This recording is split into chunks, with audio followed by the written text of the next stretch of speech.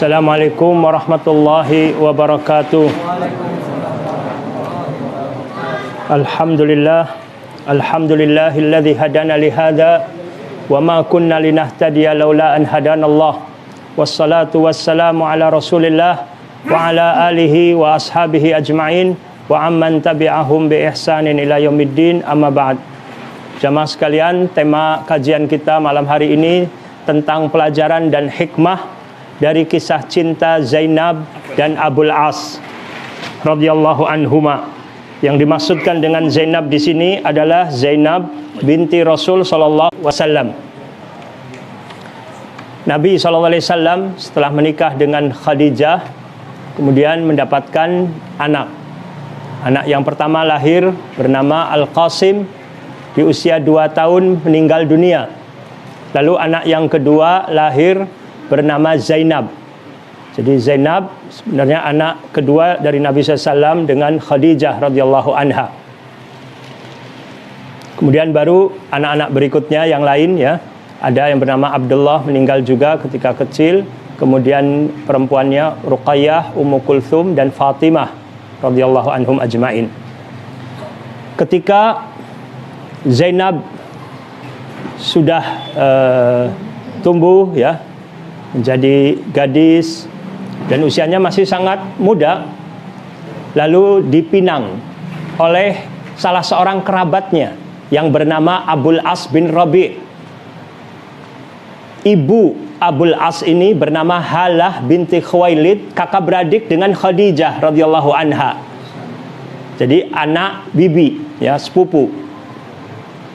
Dan Abul As ini juga orang yang baik, yang santun akhlaknya, bertanggung jawab, begitu, penyayang, kemudian juga pekerja keras, masih muda tapi dia juga sibuk berdagang. Di antaranya berdagang juga keluar ila fihim rihlatas syita was-saif, jalanan di musim dingin, di musim panas, mengadakan perjalanan untuk dagang. Datanglah Abul As menemui Rasul sallallahu alaihi wasallam. Waktu itu kebiasaan orang Arab memanggil orang yang lebih tua pun dengan nama, bukan masalah ya. Ya Muhammad, saya ingin meminang, menikahi putrimu Zainab. Rasulullah SAW senang, Khadijah juga senang, tapi Nabi SAW tidak bisa memutuskan sebelum minta izin dulu kepada Zainab. Nabi SAW bertanya kepada Zainab.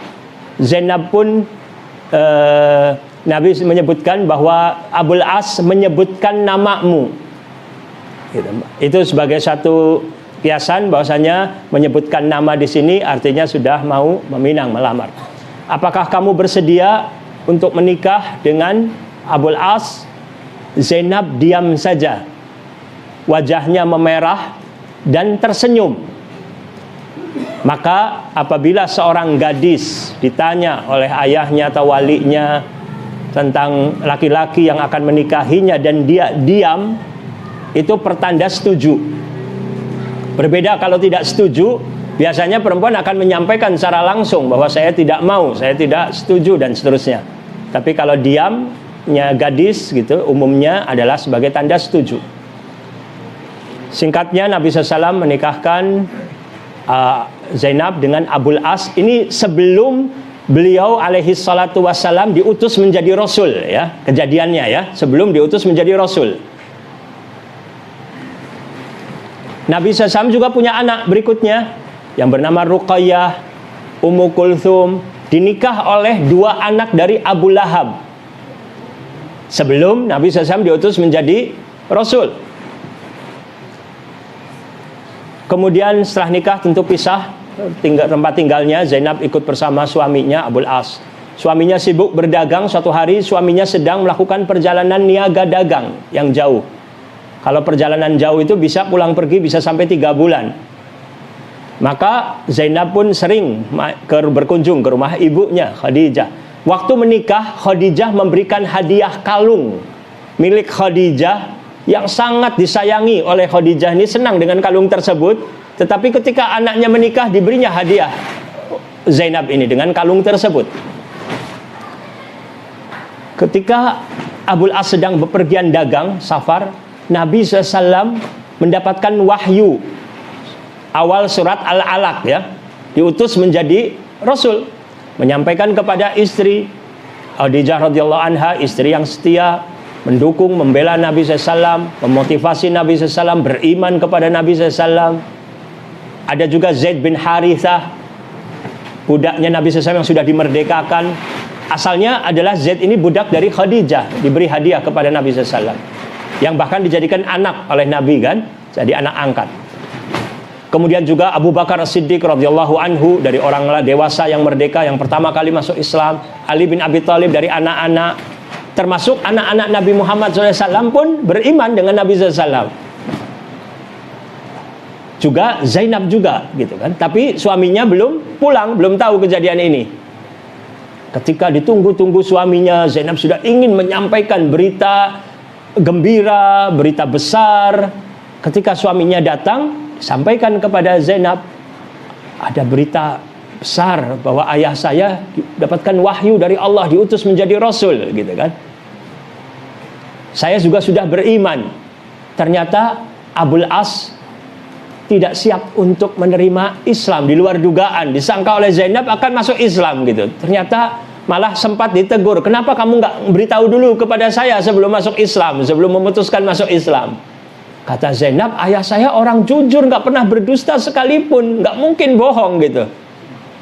Ya, kata suaminya, saya juga tidak menuduh beliau, tetapi saya sendiri belum siap masuk Islam. Bagaimana nanti kata-kata orang-orang masyarakat penduduk Mekah? Mereka akan mengatakan bahwa Abul As telah menghinakan nenek moyangnya dan masuk Islam karena dia cinta kepada istrinya, nurut kepada istrinya. Halu saya, masa suami ngikuti istri gitu dianggapnya. Nanti kata orang seperti itu. Akhirnya dia tidak mau masuk Islam. Ini juga suatu kesalahan fatal sebenarnya ya. Memikirkan apa kata orang, akhirnya menolak kebenaran, menolak hidayah. Tapi ini kejadian nyata dalam masyarakat, terkadang terjadi seperti itu. Tapi Abul As juga tidak memaksakan istrinya untuk tidak boleh mengikuti Islam. Tidak. Dia perbolehkan, silahkan. Kalau kamu mau meyakini keyakinan ayahmu, silahkan. Tapi saya tidak bisa. Saya tidak mau masuk Islam. Mudah-mudahan kamu bisa memaklumi saya. Maksudnya gitu, menghargai keputusan saya, bisa memaklumi keputusan saya. Kata Zainab, tentu dengan sedih sebenarnya. Tapi dia juga gembira, suaminya tidak melarang satu sisi ya. Tapi sedih adalah karena dia tidak mau masuk Islam. Zainab mengatakan, kalau bukan saya, siapa lagi yang akan memaklumi kamu? Saya istrimu. Waktu itu belum turun ayat Al-Quran yang melarang orang musyrik, orang kafir menikah dengan muslimah, belum ada. Jadi dibolehkan kan? Maka Zainab pun tidak mempermasalahkan dan memaklumi keputusan suaminya, menghargai keputusan suaminya. Nabi SAW berdakwah sembunyi-sembunyi, berdakwah juga kepada kerabat, ditentang oleh kaumnya, ditentang oleh pamannya Abu Lahab. Bahkan pamannya ini menyuruh dua anak laki-lakinya untuk menceraikan Ruqayyah dan Ummu Kulthum. Dalam rangka apa? Ingin menyakiti hati Nabi SAW. Kalau Nabi SAW sebagai seorang ayah, punya anak jadi janda, dicerai, pasti jadi beban pikiran. Sengaja mereka ingin supaya Nabi SAW terbebani pikirannya. Tapi Nabi SAW dan kedua putrinya juga senang berpisah dengan anak Abu Lahab, orang-orang yang jahat, yang busuk hatinya. Alhamdulillah, artinya menerima ridha. Abul As juga didatangi oleh penduduk Mekah. Wahai Abul As, kamu harus ceraikan itu istrimu itu, putrinya Muhammad katanya. Ceraikan. Abul As tidak bisa ditekan. Dia bilang, malah kaum musyrikin itu mengatakan, kamu ceraikan, kami akan cari penggantinya. Perempuan yang paling cantik yang kamu inginkan, kriterianya apa, kami akan datangkan untuk kamu. Abul As bilang, demi Allah saya tidak akan menceraikan istri saya ini. Tidak ada pengganti di dunia ini bagi istri saya, tidak ada. Ini jawaban yang tegas. Dan Nabi SAW bangga dengan sifat Abul As tadi. Walaupun dia kafir, tapi dia tidak mau menyakiti istrinya dan tidak mau menyakiti Nabi Muhammad SAW. Tetap menghormati mertuanya. Akhirnya, singkat kata, sampai Nabi SAW hijrah ke Madinah. Zainab izin, ya Rasulullah, Bagaimana kalau saya tetap tinggal di Mekah menemani suami saya? Silahkan, kata Nabi SAW. Nabi SAW berangkat hijrah. Sedih juga Nabi SAW berpisah dengan Zainab. Zainab juga sedih berpisah dengan suaminya. Sampai datang waktunya perang Badar di tahun kedua Hijriah. Perang Badar, kaum musyrikin Mekah berangkat untuk membela menolong kafilah dagang yang datang dari Syam kan, yang dicegat. Berangkat dari Mekah.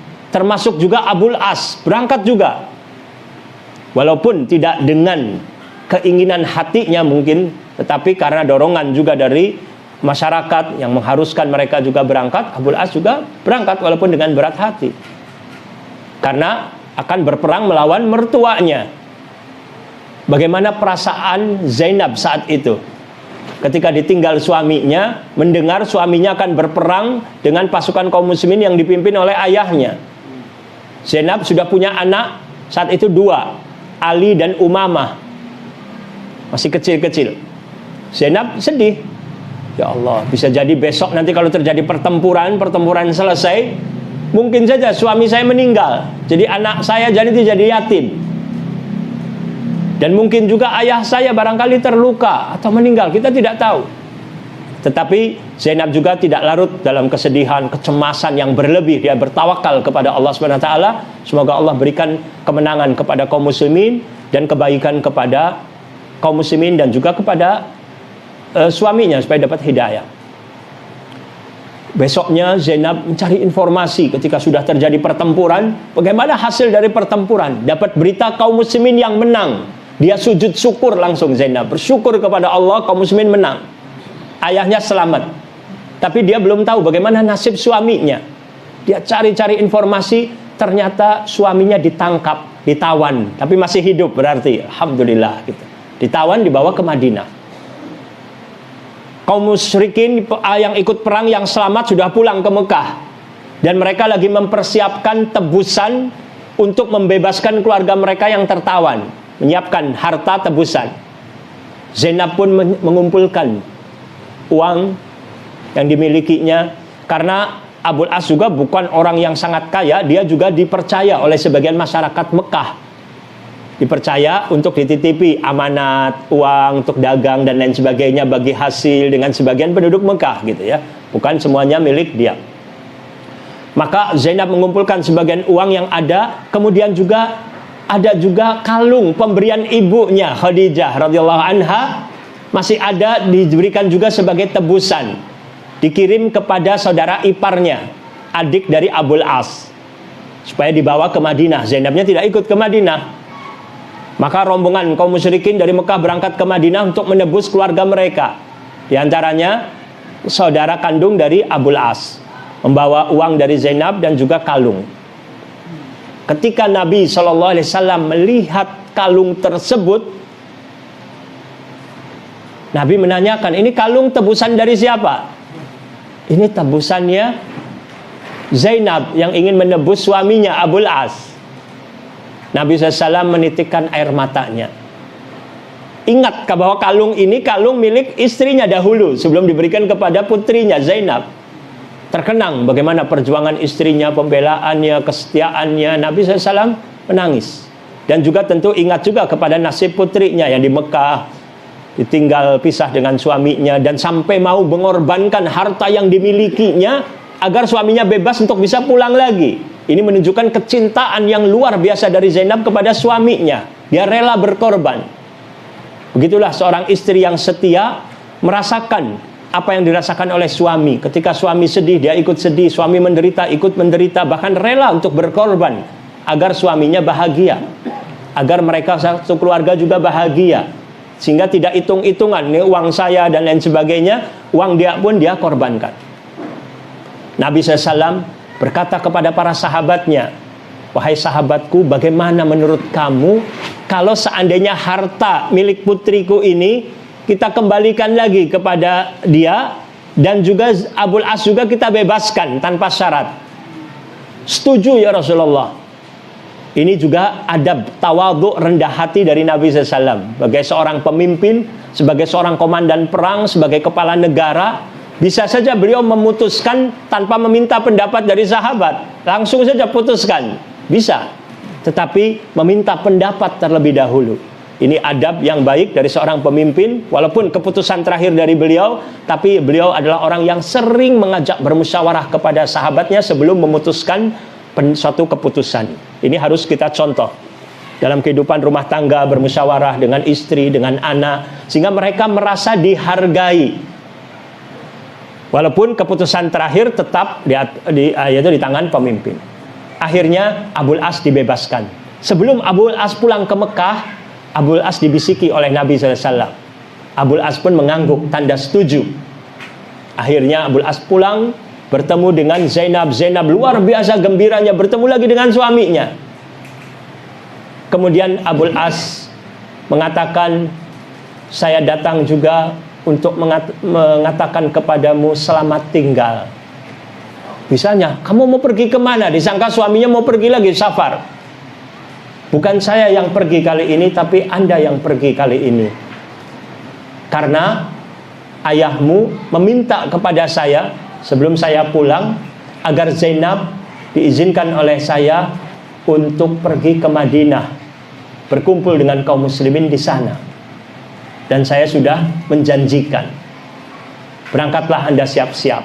Luar biasa di sini keputusan dari Abul As. Walaupun bisa saja dia menolak sebenarnya ya, ketika Nabi SAW meminta izin, karena pada saat itu di tahun kedua itu sudah ada larangan untuk kaum muslimah, artinya menikah dengan kaum musyrik.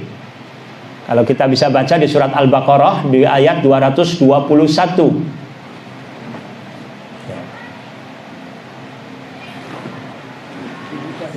Ya, wala tunkihu al musyrikin hatta yu'minu. Janganlah kalian para wali perempuan ya, janganlah kalian menikahkan orang-orang musyrik sampai mereka beriman. Ini sudah ada larangan. Tapi Nabi SAW bagaimana bijaksananya ketika berdialog dengan Abul As tadi.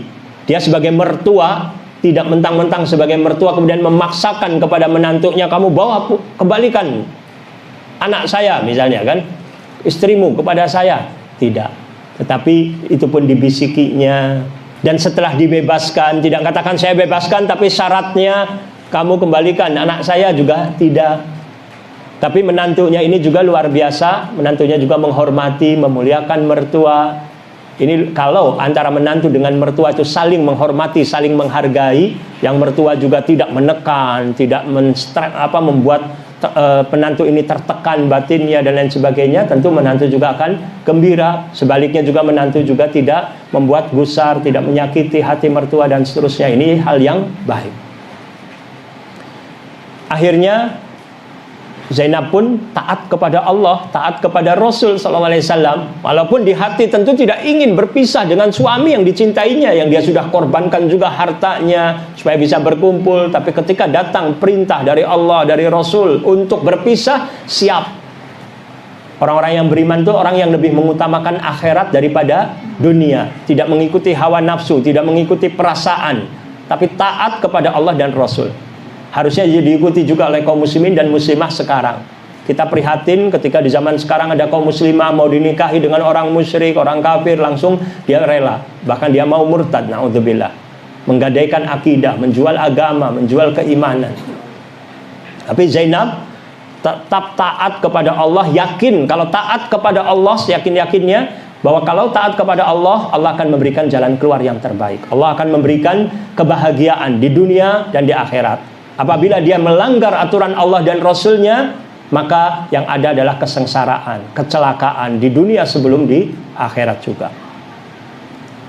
Akhirnya Zainab pun, tapi Zainab tidak putus asa, masih mengajak suaminya, kamu kan nanti ikut ngantar saya kan ke Madinah, sekalian saja masuk Islam gitu. Ditawari lagi tetap. Suaminya bilang, saya tidak mengantarmu ke Madinah, saya tidak masuk Islam. Tetapi ayahmu sudah mengirim utusan Zaid bin Harithah dan orang dari Ansor yang akan menunggu di luar kota Mekah. Karena kota Mekah bahaya, masih banyak musuh. Ini baru terjadi perang Badar, kurang lebih sebulan setelah terjadi perang Badar. Kaum musyrikin 70 orang, tokoh-tokohnya banyak yang meninggal. Tentu masih luka hatinya. Maka nanti kamu diantar oleh saudara kandung saya. Diantar, nanti diserahkan kepada Zaid bin Harithah dan orang Ansor di sana, utusan ayahmu. Nanti kamu berangkat, saya tidak ikut berangkat. Tentu sedih. Zainab membawa anaknya ya 2, Ali dan Umamah. Dan saudara kandung dari Abul As membawa Zainab di siang hari, di terang bolong. Bawa. Orang-orang musyrik banyak yang tidak terima, lagi dendam kepada Nabi SAW. Sedangkan ini ada putrinya. Kalau bisa putrinya disakiti. Pada saat itu Zainab sedang hamil. Ada orang-orang musyrik bawa tombak, unta yang dinaiki oleh Zainab. Zainab naik unta gitu ya. Kemudian di atas untanya itu ada sekedup kayak kemah kecil, kayak gubuk kecil untuk masuk di dalamnya ya. Jadi tidak terlihat langsung, sedang hamil. Kemudian di bawahnya yang nuntun adalah saudara ipar Zainab. Banyak orang yang menonton, banyak orang yang mengikuti dan yang mengganggu untanya. Padahal saudaranya udah bilang, kalau kalian mengganggu saya akan tempur. Walaupun saudaranya musyrik juga, tapi membela saudara iparnya. Tapi sempat untanya ini terluka, terkena tombak, jatuh untanya. Zainab juga ikut terjatuh sampai dia keguguran, terluka berdarah. Sudah marah ini Kinanah ini. Tapi akhirnya dilerai. Abu Sufyan datang. Abu Sufyan masih satu suku dengan Abul As juga, masih dari Bani Umayyah. Abu Sufyan mengajak bicara berdua kepada saudara iparnya Zainab. Dibilang, kamu ini salah bawa Zainab di siang hari ditonton banyak orang. Sedangkan kamu tahu bahwa kami ini semua masih luka hati kami kepada Muhammad. Banyak korban jiwa. Kalau kamu bawa anak Muhammad ini di siang hari, seolah-olah lagi mau meremehkan kami, menghinakan kami. Jadi kami tidak terima, tapi saya kasih jalan keluar. Kamu pulang lagi. Sehingga nanti masyarakat akan tenang bahwasanya putri Muhammad ini pulang, nggak jadi berangkat gitu. Setelah itu nanti tunggu beberapa hari, keadaan sudah reda. Silahkan kalian atur lagi bagaimana caranya memberangkatkan, mengirim ke Madinah di malam hari tanpa ditonton orang. Dikasih solusi oleh Abu Sufyan. Padahal Abu Sufyan juga musuhnya Nabi Muhammad SAW, musuh kaum muslimin. Tapi dia juga ada rasa solidaritas kepada orang yang satu suku juga, yaitu Abul As. Maka dia juga menghormati, memberikan jalan keluar, dan supaya tidak ada kericuhan dengan masyarakat. Akhirnya saudara ipar Zainab ini juga menurut, mengikuti. Dan Zainab juga perlu perawatan dulu juga ya, karena keguguran, sakit, pulang dulu. Sudah sampai keadaan sudah membaik, sudah baik, baru akhirnya Zainab diberangkatkan secara sembunyi-sembunyi, kemudian diantar oleh utusan Nabi SAW ke Madinah. Itu singkat cerita seperti itu. Nabi SAW sempat mengancam untuk orang yang mengganggu Zainab itu untuk boleh dibunuh, memberitahukan kepada kaum muslimin siapa yang mendapatkan si fulan dan si fulan, ada 2 orang tokohnya ya, boleh dibunuh. Tetapi salah satunya akhirnya masuk Islam dan yang satunya tidak ada beritanya, berarti mati dalam keadaan kafir. Kemudian tapi tidak sempat ada berita dalam sejarah tentang dibunuh, mungkinan tidak bertemu dengan kaum muslimin. Mereka yang berbuat gaduh mengganggu Zainab itu dihina oleh Hindun, istri Abu Sufyan. Hindun juga sebenarnya sakit hati pada saat itu sebelum masuk Islam kepada Nabi SAW, karena ayahnya dibunuh, pamannya dibunuh. Tapi dia tidak terima seorang perempuan yang lemah disakiti. Maka Hindun berkata-kata yang pedas kepada yang mengganggu Zainab. Kalian ini banci, katanya. Beraninya sama perempuan, tapi waktu di medan perang pada jadi penakut. Karena di perang Badar kaum musyrikin kalah telak gitu kan. Jadi dicaci maki orang yang mengganggu Zainab. Akhirnya Zainab hijrah meninggalkan suaminya. Itu kejadian di tahun 2 Hijriah. Di tahun ke 7 Hijriah, Abul As ini berangkat dagang ke Syam. Pulang dari Syam membawa barang dagangan, membawa hasil keuntungan dan seterusnya. Dicegat di sekitar kota Madinah, karena kalau mau melewati Syam dari Mekah itu mesti melewati Madinah ya. Walaupun mereka berusaha melewat pinggiran kota Madinah, tapi dicegat oleh kaum muslimin di sana, ditangkap. Barang dagangannya pun diambil sebagai rampasan. Abul As sempat berhasil meloloskan diri kabur, tapi masih di Madinah, keberadaannya masih di kota Madinah. Sampai dia mencari informasi tentang keberadaan Zainab. Lalu dia mengetuk pintu rumah Zainab. Zainab membuka, ternyata Abul As yang datang. Sangka Zainab, Abul As datang mau masuk Islam. Abul As berkata jujur, saya datang ke sini bukan mau masuk Islam, saya lagi kabur. Saya butuh bantuan Anda untuk melindungi saya. Zainab walaupun kecewa, tetap mengatakan Anda adalah putra bibiku, dan Anda adalah ayah dari Ali dan Umamah, anak-anak kita. Maka saya akan jamin keselamatan nyawa Anda. Ketika itu kejadian sebelum subuh. Ketika Nabi SAW sholat subuh bersama kaum muslimin, maka Zainab berteriak di masjid mengatakan, saya telah menjamin Abul As bin Rabi. Nabi SAW mendengar suara itu, terdengar jelas. Maka Nabi bertanya kepada para sahabat, wahai sahabat, apakah kalian mendengar apa yang aku dengar barusan? Sahabat mengatakan, ya kami mendengar ya Rasulullah. Rasulullah mengatakan, saya tidak tahu kejadian kecuali baru sekarang ini. Mengatakan kepada sahabat bahwasanya bukan Nabi tahu kalau Abul As ini berlindung kepada Zainab atau main sandiwara dengan Zainab dan lain sebagainya. Sama sekali tidak tahu kecuali baru sekarang ini. Tetapi kita akan melindungi orang yang dilindungi oleh anggota masyarakat kita. Jadi ada sistem, kalau ada salah satu anggota masyarakat melindungi, yang lain juga harus melindungi. Seperti waktu Abu Bakar Siddiq sebelum hijrah, tadinya mau hijrah ke Habasyah, kemudian balik lagi, dilindungi oleh salah seorang tokoh di Mekah, tidak diganggu. Maka yang lainnya pun mengikuti. Di sini Nabi menerima perlindungan dari Zainab untuk dilindungi. Tapi Nabi SAW mendatangi Zainab, mengatakan, kamu perlakukan dia dengan baik, tapi jangan sekali-kali dia mendekatimu, karena dia tidak halal bagimu. Artinya jangan sampai menjamah, menyentuh, tidak halal. Tapi perlakukan, beri makan dan lain sebagainya, silahkan. Kemudian Nabi SAW kembali lagi kepada para sahabat bermusyawarah. Bagaimana pendapat kalian? Harta rampasan ini sudah disebut fai. Fai itu harta rampasan bukan dari peperangan, gitu ya. Tapi kalau orang kafilah dan lain sebagainya itu halal dan jadi haknya mereka kaum muslimin. Maka Nabi berpendapat, bagaimana pendapat kalian kalau Abul As ini kita bebaskan dan harta rampasannya yang sudah kalian terima itu dikembalikan kepada dia. Kalau kalian kembalikan, saya lebih suka. Tapi kalau kalian tidak setuju, itu hak kalian. Halal, syariat Allah menghalalkan untuk kalian. Jadi Nabi tidak memaksa. Tentu sahabat yang cinta kepada Rasulullah SAW mengatakan, kami tidak keberatan ya Rasulullah, harta rampasan yang kami sudah terima ini kami akan kembalikan lagi kepada Abul As. Akhirnya mereka mengembalikan semuanya, dan Abul As juga pulang ke Mekah. Zainab mengajak lagi untuk masuk Islam aja, nggak usah pulang. Tapi Abul As mengatakan tidak, saya harus pulang.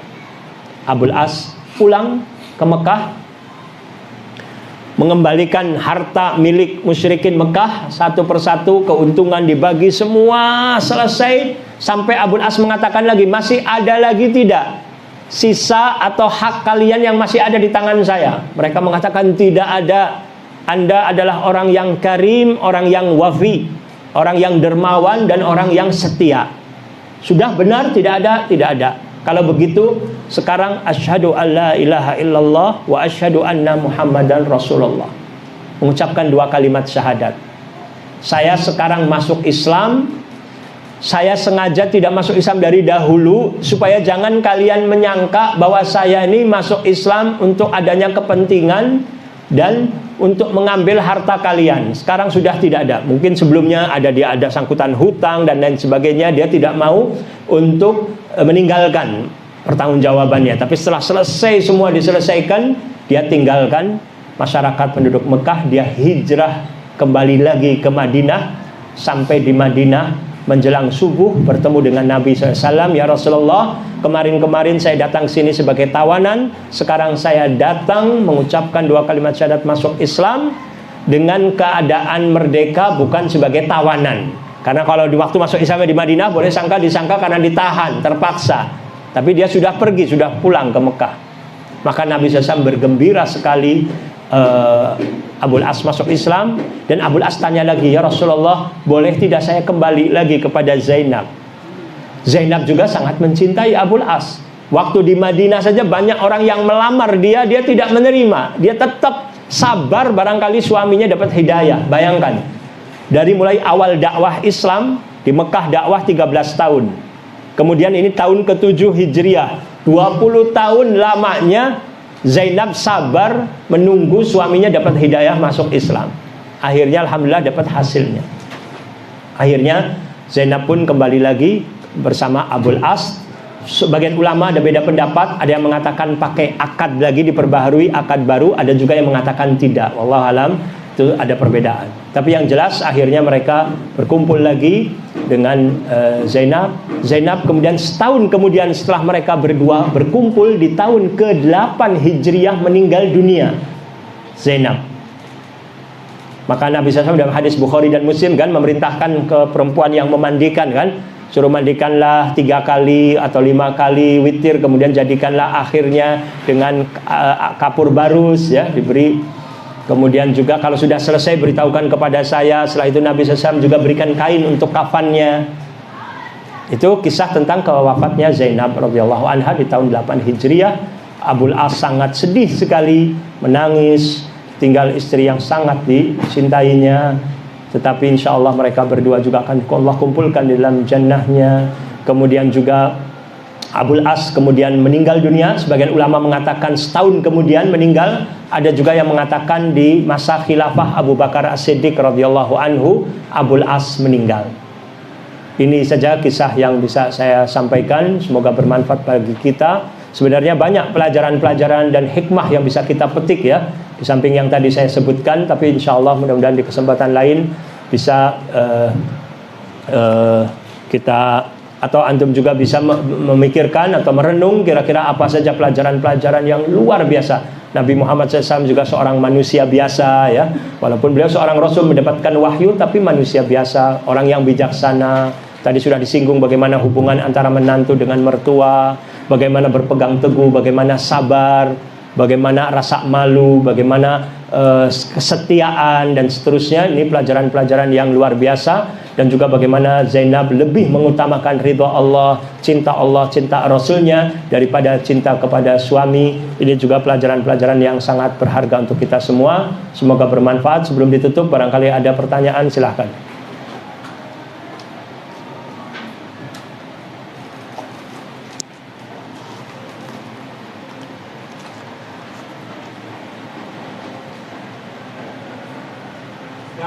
Ya. Terkait masalah adanya syariat dari Allah Ta'ala bahwa seseorang yang musyrik dilarang menikahi seorang yang mukmin. Iya. Sebaliknya. Iya. Ketika Abul As itu masih dalam keadaan kafir, maka Zainab pun sama Rasul sudah diberlakukan larangan untuk jangan mau disentuh. Itu di Madinah ketika minta perlindungan di tahun ke-7 Hijriah. Tapi waktu sebelum hijrah, Nabi SAW mengizinkan Zainab tinggal di Mekah. Jadi sebelum turun ayat masih diperbolehkan. Tetapi ketika ayat sudah turun, maka Nabi perintahkan Abul As supaya mengirim Zainab untuk bisa berangkat ke Madinah hijrah. Yang jadi pertanyaan, Ya. dalam kondisi kita sekarang, Ya. ada beberapa kejadian dan kenyataan bahwa suaminya sudah keluar dari sunnah, artinya dia dalam keadaan posisi ingkar sunnah, istrinya masih hidup bersama dengan dia. Maka bagaimana hubungannya? Hubungan suami istrinya, bagaimana kesehariannya? Ya, ya. Jadi permasalahannya apakah suami itu sudah dikatakan murtad atau tidak? Ini permasalahan juga yang tidak mudah. Artinya menghukumi seseorang ketika dia melakukan pelanggaran-pelanggaran syariat, apakah kekufuran? Jadi gini, masalah kekufuran ini artinya kaedahnya tidak setiap orang yang melakukan perbuatan kekufuran berarti dia kafir murtad, gitu ya. Walaupun perbuatannya kufur. Ada waman lam yahkum bima anzalallah faulaika humul kafirun, tapi juga ada lagi faulaika humul fasikun, gitu ya. Maka itu perlu dipertanyakan kembali nanti kepada tokoh-tokoh ahli ilmu, apakah orang tersebut, karena ini masalahnya kasus nanti ya, sudah dikategorikan pelanggaran-pelanggaran syariat, kekufuran-kekufuran yang dia lakukan itu berarti dia sudah murtad apa belum? Kalau sudah murtad berarti tidak boleh tetap bersamanya, sudah harus dipisahkan.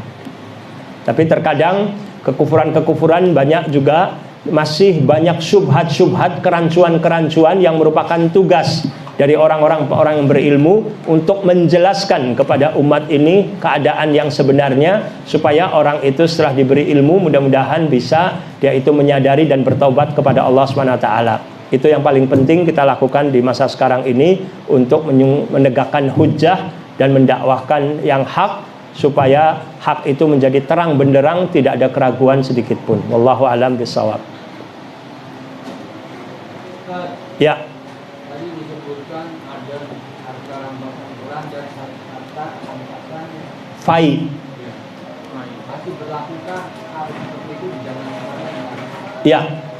Artinya masih berlaku dalam keadaan ketika peperangan, maka ada terjadi rampasan perang, gitu kan. Kalau ada peperangan antara kaum muslimin dengan kaum kufar, peperangan di jalan Allah SWT, maka itu pun berlaku. Tetapi penentuan bahwa ini adalah harta, terutama tadi rampasan yang bukan dalam peperangan, fai, gitu ya, jangan sampai disalahpahami dalam penerapannya karena mengikuti hawa nafsu, akhirnya karena itu dilakukan kepada kafir harbi, kepada kafir harbi. Nanti kedudukan orang kafir, ada kafir harbi, ada kafir mu'ahad, kafir dhimmi, dan seterusnya. Itu juga perlu pendalaman. Jadi orang-orang kafir yang di masa sekarang ini hidup di masa kita ini juga harus dilindungi keamanan mereka, kecuali yang jelas-jelas mereka itu sebagai kafir harbi yang memerangi kaum muslimin. Wallahu a'lam bishawab. Insyaallah perlu pendalaman lagi. Allahumma 'allimna ma yanfa'una wanfa'na bima 'allamtana. Wa sallallahu ala nabiyina Muhammad wa ala alihi washabihi wasallam, wa akhiru da'wana alhamdulillahi rabbil alamin. Assalamualaikum warahmatullahi wabarakatuh.